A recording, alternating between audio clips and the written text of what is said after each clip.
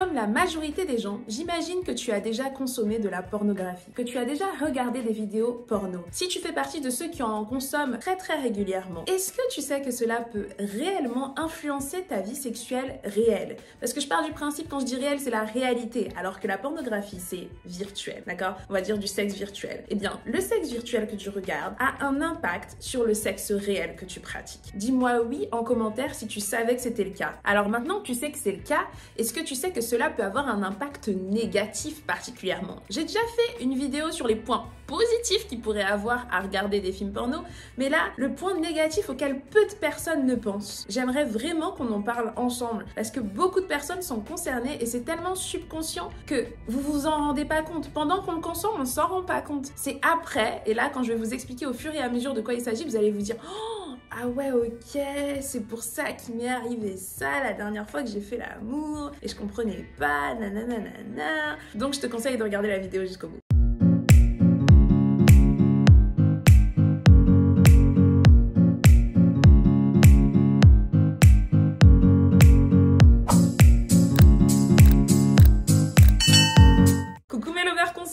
Bienvenue à tous sur la chaîne Love Conseil. Ici on se dit tout et sans tabou. Je me présente pour les nouveaux, je m'appelle Jacqueline Gimbous, je suis infirmière, psychosexologue et sophrologue. J'ai créé cette chaîne afin de faire de vous des hommes et des femmes ayant une sexualité et une vie sentimentale épanouie et consciente.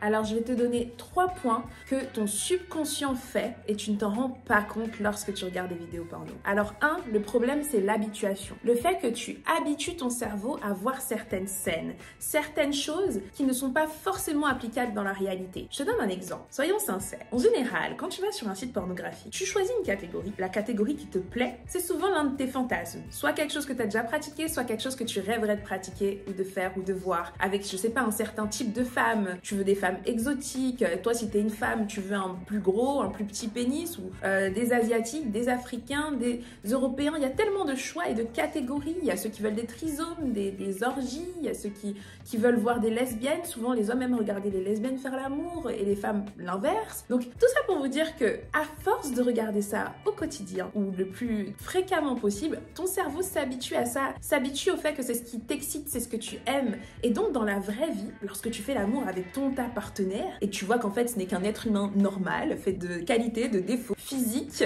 Quand je dis défauts, c'est voilà, chacun a ses complexes. Eh bien, t'es habitué à voir des gens un peu semi-parfaits parce que ces personnes-là, cette catégorie que tu regardes correspond à tes fantasmes. Et du coup, limite, tu finis par être déçu lorsque tu pratiques le vrai sexe, lorsque tu as un réel rapport sexuel. Et tu sais pas pourquoi. Tu crois que c'est, je sais pas, de la faute à ta femme parce qu'elle s'entretient plus, parce qu'elle a grossi, ou de ta faute parce que tu l'aimes plus, tu la désires plus, mais tu sais pas pourquoi. Mais tu peux désirer des femmes dans la rue ou les actrices porno. Eh bien, tu t'en rends pas compte, mais ton image, le fait à force que tu regardes ça, tu te crées une sorte de, comment dire, je sais pas, d'idéal. C'est ça, tu te crées un idéal qui n'existe pas ou qui pourrait exister, mais t'as une chance sur 50 000 de rencontrer ça dans la vraie vie, en fait. Ce sont des acteurs, même dans les films normaux, pas que les films porno, qui sont sélectionnés parmi des millions de personnes pour nous montrer ce qu'on veut nous montrer.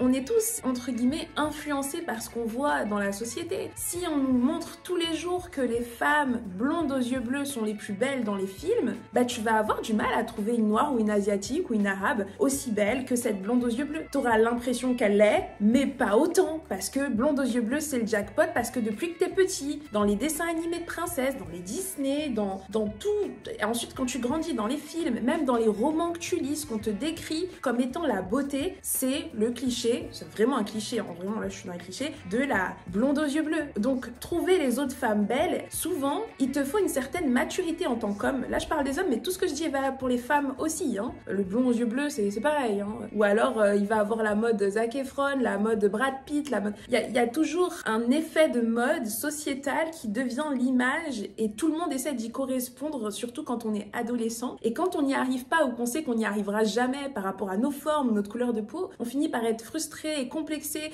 eh bien sachez que ça, c'est également valable dans la sexualité. Donc si tous les jours ton fantasme c'est de regarder des femmes maigrichonnes et que la tienne elle est grosse, bah au bout d'un moment tu vas peut-être plus la désirer et ça va dans les deux sens. Si en fait t'as une femme mince et tu te rends compte que c'est les formes que t'aimes, c'est ça que tu veux, mais c'est pas ce que tu vois, ce que tu cherches et ce que t'as dans la vraie vie, tu vas finir par être frustré. Et soyez pas honteux vis-à-vis de ça. La majorité des gens sont concernés par ce que je dis. On est tous influencés par les médias, par les livres, par ce qui nous entoure, par l'éducation, par l'école. Donc c'est normal. Je vous juge pas. Moi, ce que je veux, c'est que vous soyez des lovers conscients, c'est-à-dire de prendre conscience des mécanismes qu'il y a dans votre cerveau. Le fait de dormir en étant moins ignorant, en sachant que ce qu'on ressent a potentiellement été influencé par quelque chose, je trouve ça important pour soi-même, pour notre développement personnel et pour nous permettre à tous de nous améliorer dans la vie et de prendre des décisions en fonction de ce qu'on ressent réellement et pas en fonction de ce qu'on nous a influencé à ressentir et à vouloir. Dites-moi en commentaire ce que vous en pensez. Donc voilà, le premier problème de regarder du porno, c'est l'augmentation de tes exigences visuelles. À force de voir la perfection, tu augmentes tes exigences dans la vraie vie et t'es déçu de ce que tu trouves en vrai. Le deuxième problème, c'est que cela induit une baisse, une diminution de ton désir sexuel. Limite, t'as l'impression que tu arrives à plus de donner du plaisir quand tu es seul et tu te masturbes seul que lorsque tu fais l'amour. Et ça, c'est problématique. Et si ça t'arrive, vraiment, je te conseille de venir consulter parce que j'ai élaboré une thérapie spéciale pour les couples et les personnes individuelles qui se retrouvent en baisse de libido et comment la remonter. Et ça prend plusieurs semaines, c'est un vrai programme, mais une fois que c'est mis en place, ça change ta vie et même si un jour tu te remets à regarder du porno, tu sauras le faire en toute conscience pour ne pas retomber dans ce cercle vicieux subconscient. Le troisième et dernier problème que j'aborderai dans cette vidéo dû au fait de regarder trop fréquemment des vidéos porno, c'est le fait que cela a un impact sur l'image de soi. Au final, il n'y a pas que tes exigences par rapport à ton ou ta partenaire qui changent, il y a aussi celles vis-à-vis de toi-même. En tant qu'homme, par exemple, tu trouves que t'es pas assez performant parce que tu n'arrives pas à durer aussi longtemps que ce gars-là,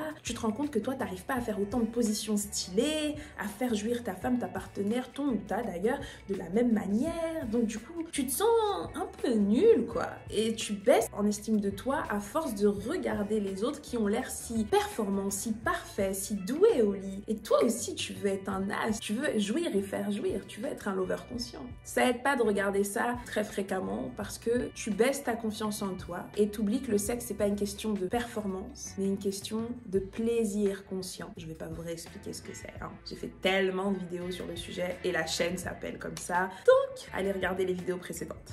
Alors, en tant que sexologue, je peux t'apprendre des techniques pour t'aider à remédier à tout ce que j'ai cité. Donc, si tu te reconnais dans ces trois problèmes, n'hésite pas à prendre une consultation avec moi. Si tu n'as ni le temps ni les moyens de prendre un rendez-vous en visio avec moi, dans ce cas-là, je te conseille de ne surtout pas oublier de regarder la série de vidéos que j'ai fait spéciale pornographie et celle aussi que j'ai fait spécialement sur la masturbation consciente où dedans je vous apprends comment vous masturber en pleine conscience pour retrouver votre désir, votre libido et apprendre à connaître votre corps. Dedans, il y a également des exercices de sophrologie et de respiration pour briser tous ces mécanismes-là qui te donnent l'impression que tu es impuissant, pas performant, que tu es moche, que tu n'es pas à la hauteur de ce que tu as visualisé trop longtemps dans ces vidéos porno. Tu as besoin d'une sorte de recadrage. Faut qu'on revienne à zéro, que tu réapprennes à aimer ton corps, à découvrir ton corps, ses sensations, que ton cerveau et ton corps retrouvent l'équilibre et se connectent. Et pour ça, la sophrologie, c'est juste parfait. Donc j'ai vraiment fait plein de vidéos, je t'invite à les regarder.